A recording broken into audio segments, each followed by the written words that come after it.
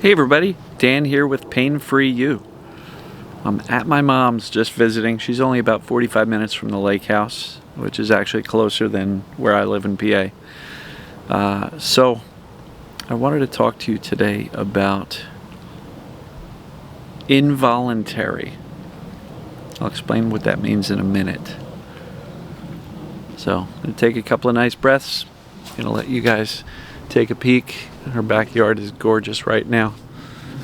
We'll take a look around at her gorgeous garden. I'm going to breathe in the peace. Exhale the stress and the noise.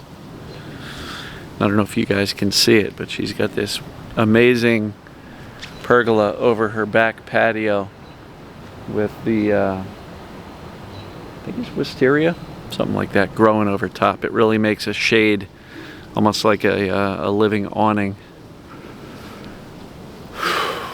And she had that tree, half of it chopped off. The tree was dying. 150-year-old oak tree, half of it's down. All right, so the word involuntary. And let's frame this for the world of TMS, chronic pain, perceived danger pain. And it's very clear to me that the pain is occurring involuntarily. You cannot literally look at your hand and say, hurt. Come on, pain. Make my hand hurt. Brain, make my hand hurt. It's involuntary. We don't have conscious control over it. So why is that important? Well, it also means if you're hurting, it's not your fault. You didn't do it. It's not consciously under your control. Which also means you can't consciously say, hand, stop hurting. Stop hurting. Right? So the desire to control something that is completely involuntary, completely controlled by the brain, the autonomic nervous system, the subconscious mind, just leads to frustration because we're trying to control the uncontrollable. We're trying to control something that's involuntary. That's like saying, trying to control a sneeze or a hiccup or a burp, right? It's involuntary. It's just going to happen. And so don't try to control it. And I talk a lot about the word influence, right? And the best thing we can hope to do is influence these autonomic processes by providing input into the things that allow the brain to make the decision whether or not to turn on this involuntary action, right? We can influence it, in my opinion, and I've seen it over and over and over again. Somebody just recently commented and said, I did more than I usually do. I took a really long walk, or I went on a bike ride. I forget exactly the story. And then the next day, the pain was significantly higher. And of course, there's two options. Some people immediately launch into, oh my God, I overdid it. I did something wrong. I shouldn't have done that. I went too far. I must have injured myself. It's one choice.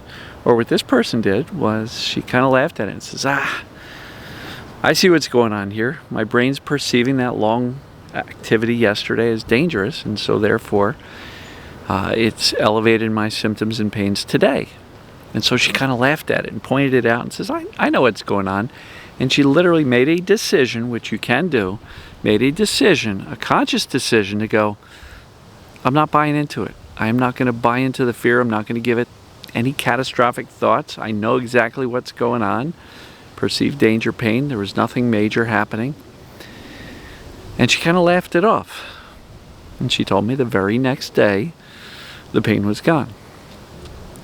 So what she learned was that she was massively able to influence the severity and the duration of this return or flare-up of pain that occurred because her brain perceived the activities that she did the prior day as dangerous, too much.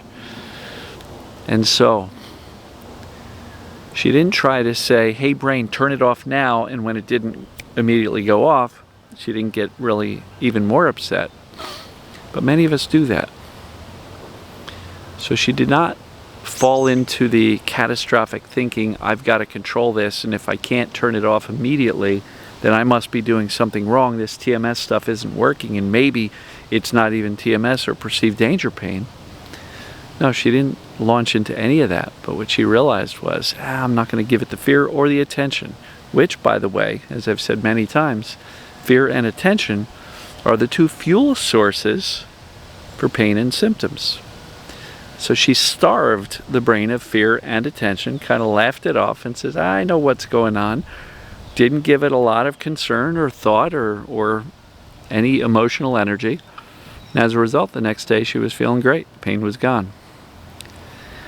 So don't try to control things that the brain and autonomic nervous system and subconscious mind do involuntarily.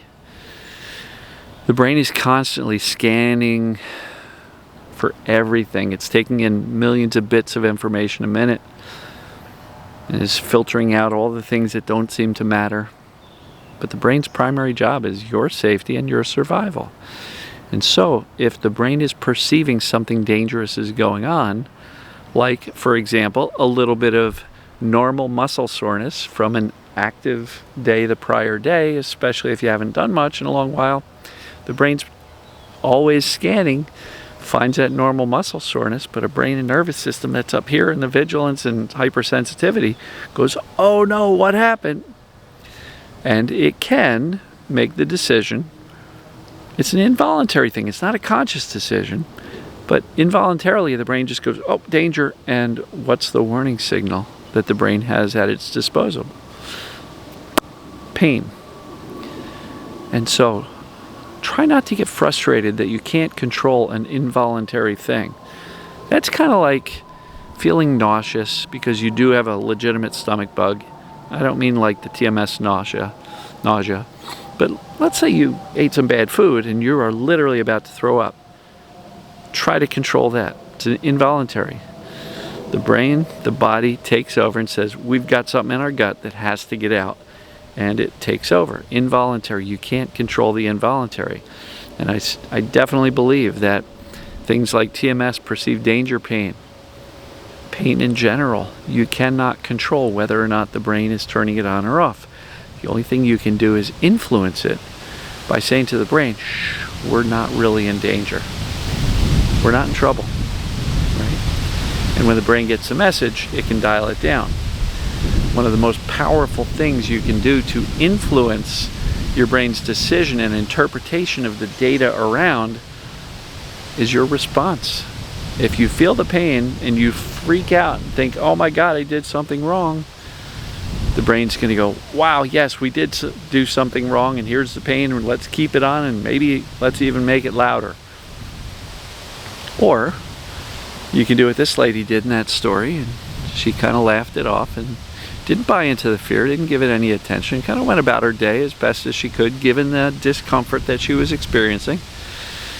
And very quickly, by the next day, the brain goes, well, she's not concerned. I, the brain, don't need to be either. And sorry, it's getting a little bit windy, like a storm is coming. So if the wind is a bit much in the microphone, my apology. So involuntary. Pain is involuntary. The brain is making that decision. And even in the case of a true injury, the brain is still making the decision. So for example, you smack your finger with the hammer, it's going to hurt. Brain made that decision. The pain is not coming from your hand. All your hand did was send up these signals to the brain, and when the brain gets it and goes, holy crap, we're swinging a hammer and I think we just smacked our finger, that's when the brain goes, yep, we need some pain to make sure you don't smack your hand again. Pain is always a decision made in the brain based on the data that the brain is collecting and its perception of danger. You cannot control it. Don't try. It's just going to lead you to feel frustrated. And so, I hope this makes sense. Involuntary. It's an interesting word. It means you cannot control it. Try controlling a cough when you got something stuck in your throat. It's involuntary. You're going to cough. Right? So don't be upset with yourself when you cannot control this pain and you cannot turn it off. I don't understand it, Dan. I'm journaling, I'm doing meditation, I'm talking to my brain. It's not going off. How come it's not going off? I must be doing something wrong. In that case, the fear and the frustration that you're not able to control the pain may be enough to keep the brain in that danger zone and saying, oh no, something bad's going on. Look at how upset they are. Look at how they're judging themselves and beating themselves up. And look at how scared they are. Hey brain, hey nervous system, whatever you do not settle down. You got it? So you're not doing anything wrong, but you're certainly, in the case of freaking out, you're not doing anything to influence the pain in the positive direction. So I don't like making anybody wrong by saying, oh, you're freaking out, you're doing it wrong. It's not helpful. But look, sometimes we freak out. Sometimes this stuff is really scary. Sometimes this stuff is really intense. And you know what? Give yourself a break. Forgive yourself for having a human experience, because pain is supposed to get our attention, and when it lasts a while, it can be very disturbing, distressing, scary. And when we feel like we can't control it, boy, that's a whole nother ball of wax. So I think that's what I got for you today. Again, let you take a look at Mom's yard. She's got some beautiful flowers around. She's been out here. She's 85 years old. She's still getting out here and pulling weeds and planting things and having a good time with it. So, love you guys and gals. I'll probably shoot from the lake tomorrow. And guess we'll see you tomorrow. Love you.